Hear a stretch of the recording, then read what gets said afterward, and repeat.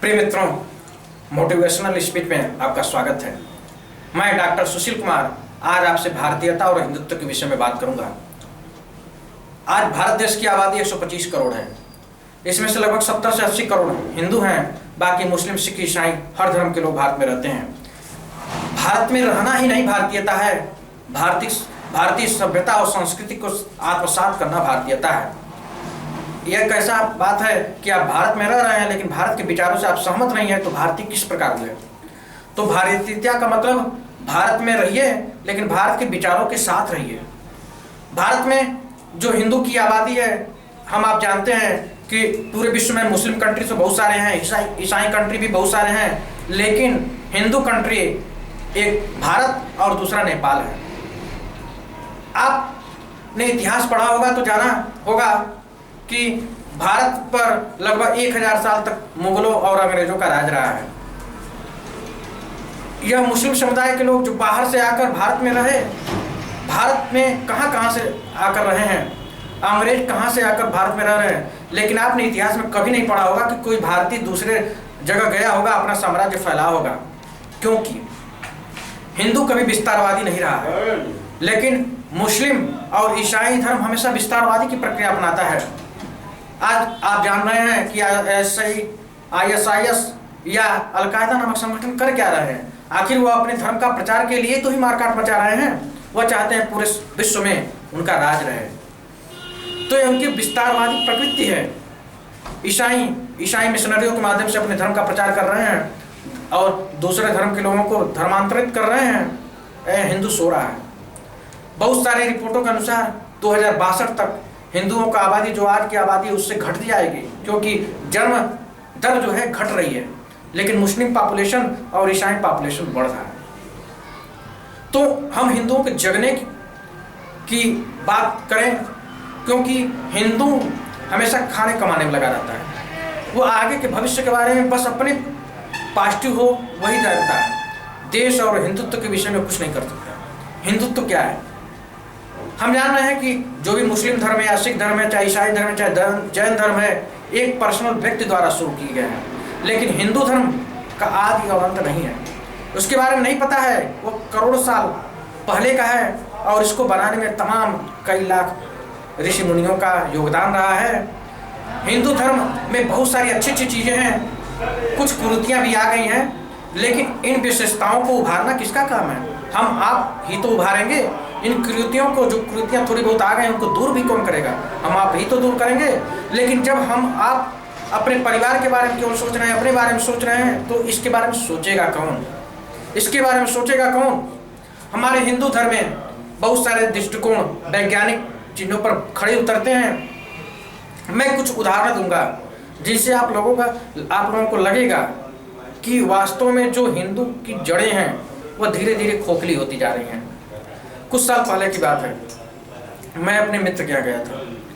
मेरा मित्र डॉक्टर है और उसकी वाइफ जो है MA के बाद LLB की हुई है। तो मैं रात को पहुँचा उनके घर, तो भोजन की बात आई, तो मित्र कहा भोजन तो आज नहीं मिल पाएगा, चलो बाहर करते हैं। हम कहें क्या बात हुई? उसने कहा वाइफ जो है व्रत है एकादशी का। तब तक भाभी आ गई।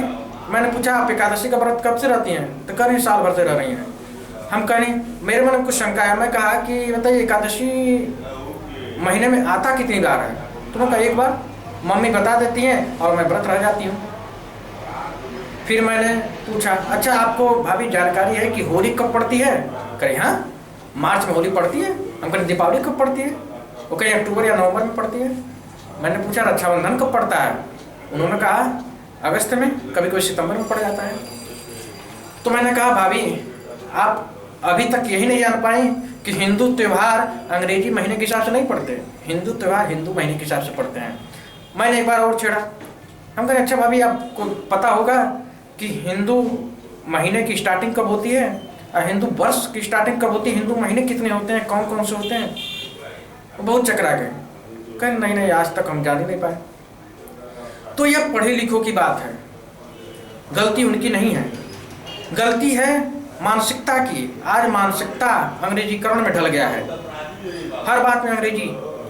हम अपनी विशेषताओं को खोते जा रहे हैं या दूसरे की विशेषताओं को लेते जा रहे हैं। तब मैंने उसको समझाया, भाभी हिंदू वर्ष जो है चैत्र को शुरू होता है और चैत्र बैसाख जेठ आषाढ़ सावन भादो क्वार कार्तिक अगन पूष माघ फागुन करके 12 महीने होते हैं और फागुन इसका लास्ट महीना होता है। और होली हमेशा फागुन की पूर्णिमा को होलिका दहन होती है और चैत्र के प्रथम दिन होली का त्यौहार मनाया जाता है। और दीपावली का त्यौहार हमेशा अमावस्या कार्तिक की अमावस्या को मनाया जाता है। अब उस समय चाहे अक्टूबर रहे चाहे नवंबर रहे, मनाया कार्तिक अमावस्या को ही जाएगा। इसी तरह रक्षाबंधन का त्यौहार सावन की पूर्णिमा को मनाया जाता है, चाहे वो अगस्त में पड़े चाहे सितंबर में पड़े। तो हिंदू के जितने त्यौहार हैं हिंदू महीने से मनाए जाते हैं, न कि अंग्रेजी वर्ष के हिसाब से मनाए जाते हैं। अब बताइए भाभी, आप जानती नहीं है, आपकी अवस्था 27-28 साल होगी, तो अपने बच्चों को क्या बताएंगे?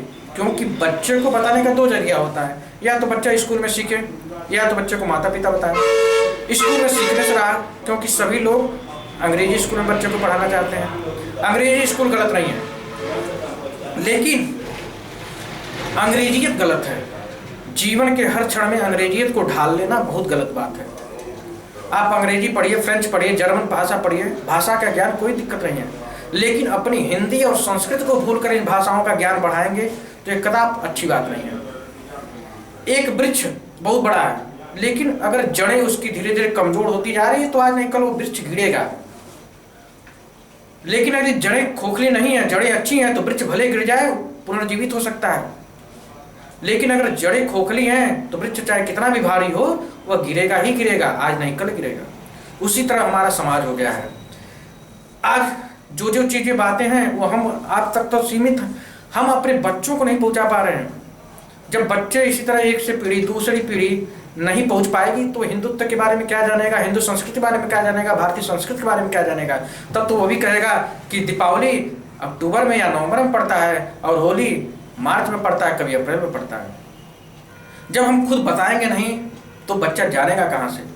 मेरा कहने का एक मतलब है कि हिंदुओं जगो, अपनी सभ्यता के विषय में जानो, अपने संस्कृति के मायने को पहचानो। बहुत सारी अच्छी चीजें हैं। गीता, श्रीमद् भगवत गीता जो हिंदुओं का सबसे अच्छा ग्रंथ है, पढ़ो, देखो, उसमें बहुत सारी चीजें बातें लिखी हुई हैं। यह बातें आपको मानसिक अवसाद से भी बताएंगे, तमाम प्रकार के टेंशन से भी बताएंगे और हमेशा कर्म करने की प्रेरणा दे देंगे। कहा जाता है उद्योगे नहीं सिद्धंति कार्याणि न मनोरथे न तो सुप्तस्य सिंहस्य प्रविशन्ति मुखे विगा। अर्थात शेर का भोजन जरूर हिरण होता है, हिरण का मांस शेर खाना चाहता है, लेकिन यदि वो सोता रहेगा तो क्या हिरण का मांस उसके मुंह में आ जाएगा? यह कतई नहीं हो सकता, क्योंकि उस हिरण के मांस को लेने के लिए उसको परिश्रम करना पड़ेगा, उसको उद्योग करना पड़ेगा। तो आप जब जगेंगे तभी ये चीजें हो जाएंगी। मैं कहता हूं कि आप मनुष्य क्यों बने हैं? भाई भोजन पानी का इंतजाम तो सभी के लिए होता है। गाय भैंस कुत्ता बिल्ली सभी खाना नियमित समय से खाते हैं, तभी तो जीते हैं। लेकिन मनुष्य बना है किसने? मनुष्य क्यों बनाया गया है? क्यों उनसे अंतर किया गया है? मनुष्य का काम केवल खाना कमाना नहीं होता। मनुष्य को अपनी पारिवारिक सामाजिक दायित्वों को ही निभाना होता है। अपने जीवन को चलाते हुए अपनी भारतीय जो भी संस्कृति है उसको बढ़ावा देने, उसके संवर्धन का काम भी मनुष्य का होता है। अपनी अगली पीढ़ियों को पहुंचाने का भी काम होता है। एक शेर अपनी पीढ़ी को अगली पीढ़ी को बहुत सारा नॉलेज नहीं देता, क्योंकि उसमें कोई संस्कृति नहीं है। लेकिन मनुष्य एक पारिवारिक और सामाजिक रिश्तों में बंधा हुआ है। उसको आने वाले भविष्य को भी छोड़ना है, कुछ देना है, कुछ देकर जाना है। हाँ, हिंदू समाज में कुछ कुरीतियां हैं तो आप हम ही मिटाएंगे कि कोई और नया है, कोई और आएगा। आप इसकी विशेषताओं को उभारिए, आप इसकी विशेषताओं की उभारिए। विवेकानंद ने कहा था कि गर्व से कहो हम हिंदू हैं। उन्होंने 1893 में जब विश्व धर्म सम्मेलन हुआ तो कहा गर्व से कहो हम हिंदू हैं। आप हिंदू की बातों को रखा, हिंदुत्व की बातों को रखा, लेकिन आज 100 साल से ऊपर हो गए, लेकिन ये बातें जहाँ की तहाँ है, आगे कुछ नहीं बढ़ पाई। आज सब आदमी अपने अपने में मस्त है। आज हिंदू में देखिए बहुत सारे बाबा नए नए आ गए हैं जो अपना धर्म चला रहे हैं, खुद का अपना कारोबार कर रहे हैं। और एक हिंदू जो हिंदुत्व की भावना जगाना चाहिए था वो विश्व पंडित, तमाम तरह के टीवी पे आप देखते हैं, एक से एक बाबा आ गए हैं। उनके धर्म को मानने वाले, उनको मानने वाले लाखों की संख्या में हैं। तो सब भटक गए हैं, रास्ते से भटक गए हैं। यह एक दिक्कतें हैं। इन दिक्कतों को दूर करना हम आपका काम है। इन दिक्कतों को दूर करने कोई और नहीं आएगा। जो विशेषताएं हैं उसको उभारिए, जो कुरीतियां हैं उनको दूर कीजिए। यह काम आप ही का है। आप नहीं करेंगे तो सोचिए करेगा कौन। मैं अपने बच्चे को यह नहीं बताऊंगा कि भारत कैसा देश है, कैसा देश था। भारत में शूरवीरों की कमी नहीं रही है। महाराणा प्रताप से लेकर शिवाजी और भगत सिंह, चंद्रशेखर आजाद इत्यादि की जीवनी अपने बच्चों को जब आप नहीं पढ़ाएंगे तो जानेगा कैसे। आज तमाम तरह के अंग्रेजी मीडियम के स्कूल चल रहे हैं जो सिवाय चोचलेबाजी का कुछ नहीं। भाई अंग्रेजी पढ़ना या जर्मन भाषा पढ़ना या कोई भी भाषा पढ़ना ज्ञान के लिए होता है, लेकिन संस्कार को छोड़कर ज्ञान कभी नहीं प्राप्त किया जा सकता। हमेशा कहा जाता है शिक्षा दीक्षा। शिक्षा का मतलब होता है जो ये भाषाई ज्ञान है, और दीक्षा का मतलब होता है संस्कार। तो शिक्षा दीक्षा दोनों एक लगा हुआ चीज़ है। अगर शिक्षा के साथ साथ अच्छी दीक्षा नहीं हुई तो आदमी रास्ता भटकेगा, अवसाद आएगा, नशा इत्यादि करेगा, तमाम तरह की विकृतियाँ आएंगी समाज में। इन विकृतियों को दूर करने की जिम्मेदारी हम पर है, आप पर है। आपको हमारा वीडियो कैसा लगा इसके लिए आप मुझे सब्सक्राइब कीजिए, जिससे आगे आपको इसी तरह की जानकारी मैं दे सकूं।